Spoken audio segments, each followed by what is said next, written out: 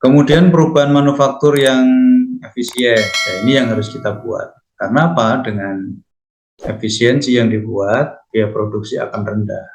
Itu yang barang yang banyak masuk hari ini, ya Indonesia itu ya karena tadi biasa efisien mungkin produk-produk home industri dengan QC yang ketat, ya nanti ada produksi massal sehingga biaya produksinya bisa ditekan.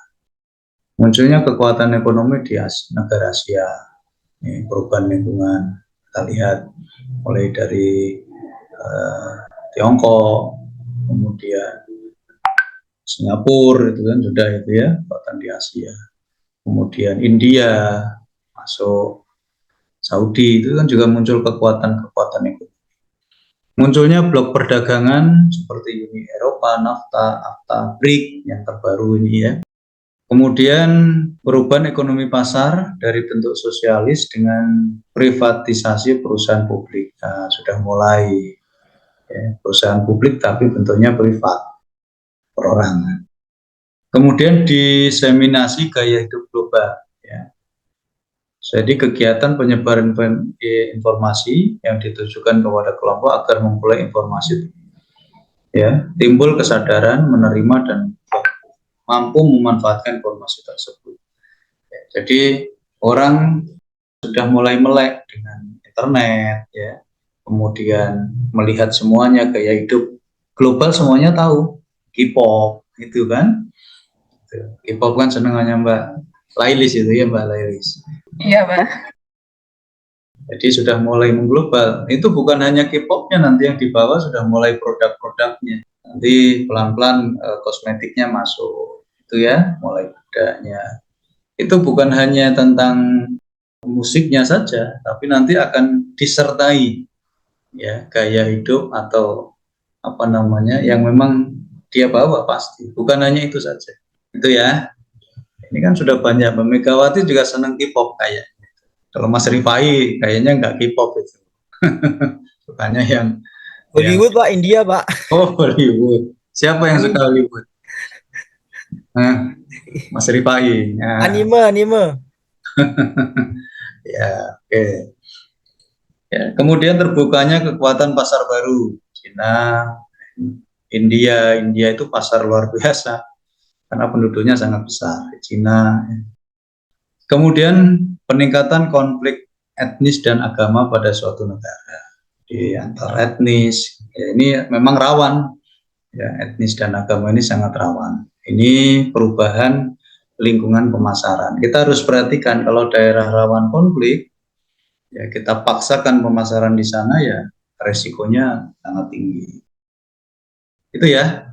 Jadi ini teman-teman yang harus dipahami, kita identifikasi perubahan lingkungan. Ya.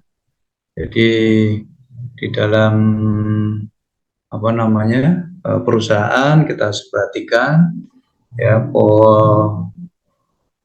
posisi yang harus kita perhatikan ya, ada kekuatan demografis tadi ya, demographic force kita harus perhatikan itu ya. Kalau sekarang 2045 apa itu Gen Z apa betul ya, jadi sudah mulai ke sana itu yang banyak nanti 2045 itu sudah mulai generasinya apa namanya Mas Solikin itu yang tampil nanti sama generasinya Mbak siapa itu ya, Mas Rifai, generasi ini yang nanti akan tampil, Mas Arifin Afandi ya, Mbak Yeni itu 2045 itu akan melihat ke sana, Gen Z akan mulai. Jadi pasarnya nanti pasti akan ada perubahan ya, yang dulunya offline sekarang apa namanya sudah tinggal pesan makanan saja dari rumah gitu ya Mbak Putri ya, pesan makanan dari Grab. Wah, pesan kita ada, nggak usah antri ya, Mas Arifin nggak usah antri di mana itu Gacoan, nggak usah, udah di Mixway udah nggak usah, butuh itu tinggal Pak, tinggal ini aja Grab food ya.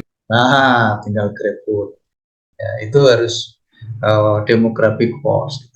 Kemudian economic force tadi sudah ya, perubahan-perubahan faktor ekonomi natural, ya, kekuatan itu juga perhatikan. Teknologi tadi sudah, perubahan-perubahan teknologi, sekarang sudah mulai ke AI, ya, robot-robot sudah mulai, berarti otomatis tenaga kerja yang manusia pun manual juga sudah harus mulai.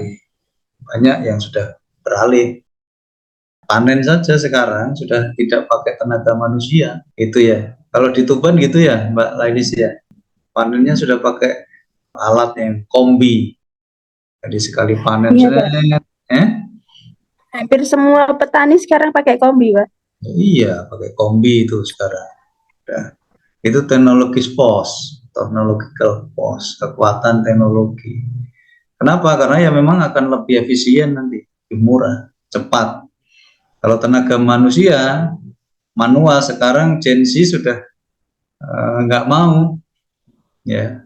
Mbak Laili sudah nggak pernah ke sawah kan? Alergi kakinya itu nanti kalau masuk sawah. Itu ya Mbak Laili ya.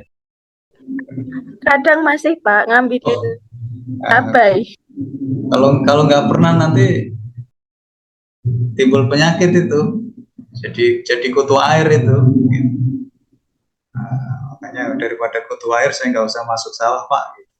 Gitu ya, Pak Selvi ya. Oke, itu technological force. Kemudian ada political force. Ini juga harus kita perhatikan. Ya, perubahan-perubahan kemarin baru selesai, itu nanti akan ada arah kebijakan yang berbeda. Nah, ini juga harus di apa itu? Kita siapkan nanti. Oh, ini nanti arahnya kemana ya perubahannya?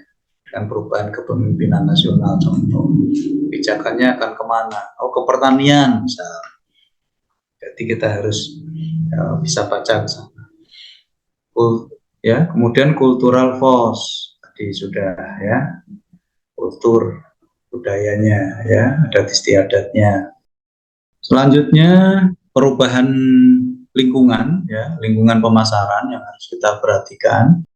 Ya, kita punya goal tadi, kita punya target, kita punya visi, kita punya misinya jelas ya. Kemudian untuk mencapai itu ya, kemarin ada 4P yang jadi 7P, masih ingat? 4P ya. Ada produk, ada price, kemudian place ya, ada promotion. Ya, ini harus kita perhatikan. Produk yang kita buat itu harus jelas, harus bagus, yang bisa diterima pasar dan seterusnya. Apa nama efisien, ya tidak terlalu ini ya. Price nanti harganya tidak terlalu tinggi. Place tempatnya, tempat nanti sudah bahan baku dan seterusnya harus diperhatikan. Promosinya harus, apalagi produk baru ya harus gencar karena belum dikenal, berarti harus memperkenalkan barang yang kita buat itu ya. Jadi target yang ada perhatikan yang kemarin bauran pemasaran ya, 4P untuk barang, kemudian ditambah jasa ada 3 lagi ya, 7P.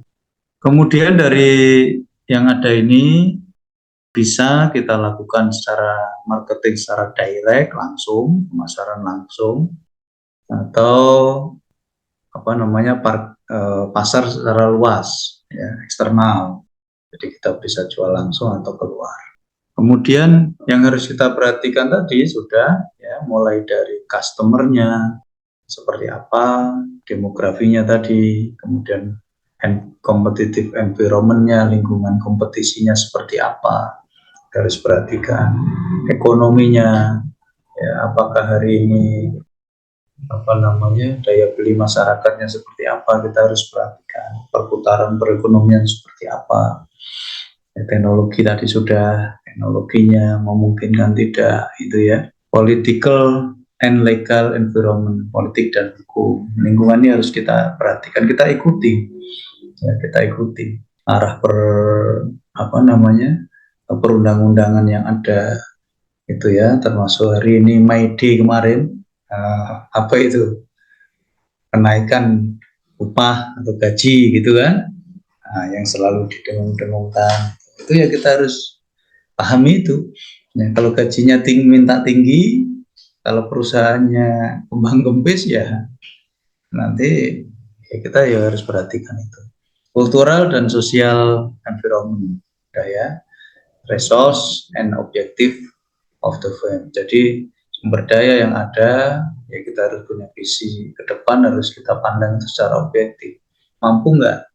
Jadi itu ya teman-teman, apa namanya, lingkungan pemasaran ya saya sudah sampaikan tadi tentang kekuatan-kekuatan termasuk lingkungan pemasaran, mulai dari kita perhatikan baurannya, kemudian lingkungan makronya, kita harus perhatikan semuanya. Jadi tidak hanya asal apa ya, wes saya produksi barang, wes yang penting payu, tidak sesimpel itu.